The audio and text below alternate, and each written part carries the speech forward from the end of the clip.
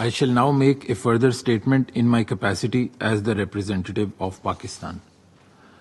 I am compelled to make the following remarks in response to the statement made by the representative of India, who chose to abuse the forum today to hurl baseless allegations and mislead the Council. The facts are clear and undeniable.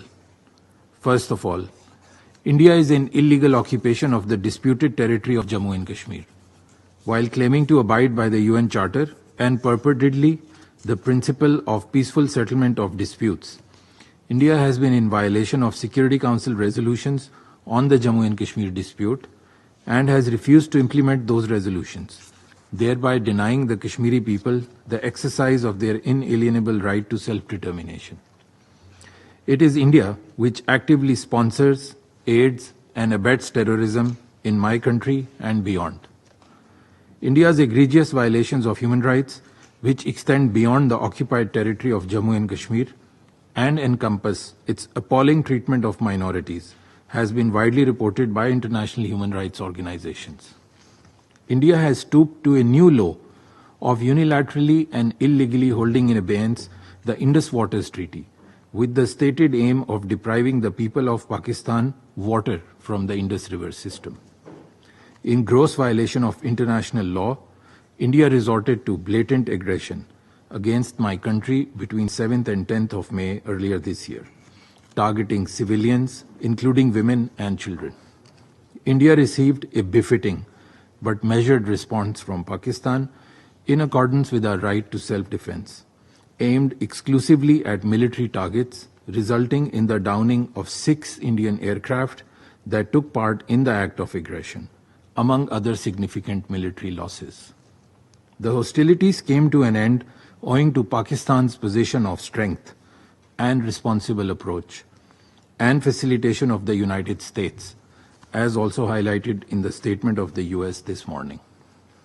Rather than being blinded by hubris and a misplaced sense of impunity, and instead of resorting to its tired narrative of victimhood and blame shifting, India must introspect seriously, change its behavior, and comply with its international legal obligations on all counts, especially today when the Council spoke with a unanimous voice to reaffirm the purposes and principles of the UN Charter and the imperative of peaceful settlement of disputes, respect for international law, and effective implementation of the resolutions of the Security Council. It is ironic that India, which itself brought the Jammu and Kashmir dispute to the Security Council, refuses to implement the resolutions adopted by the Council to peacefully resolve this dispute. There should also be a serious cost to states who violate the spirit of good neighborliness and international relations by fomenting cross-border terrorism.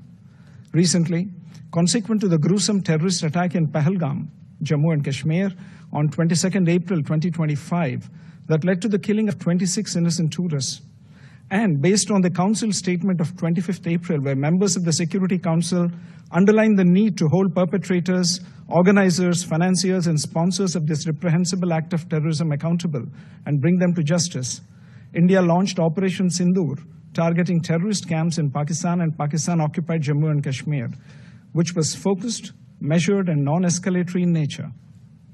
On achieving its primary objectives, a cessation of military activities was directly concluded at the request of Pakistan. I am constrained also to respond to the remarks made by the representative of Pakistan. The Indian subcontinent offers a stark contrast in terms of progress, prosperity, and development models. On the one hand, there is India, which is a mature democracy, a surging economy, and a pluralistic and inclusive society.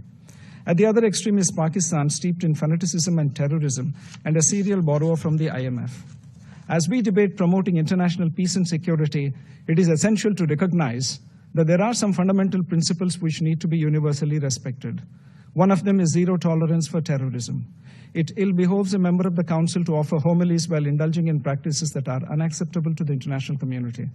Mr. President, in conclusion, India remains committed to working towards international peace and security through multilateralism and peaceful settlement of disputes. I thank you, Mr. President.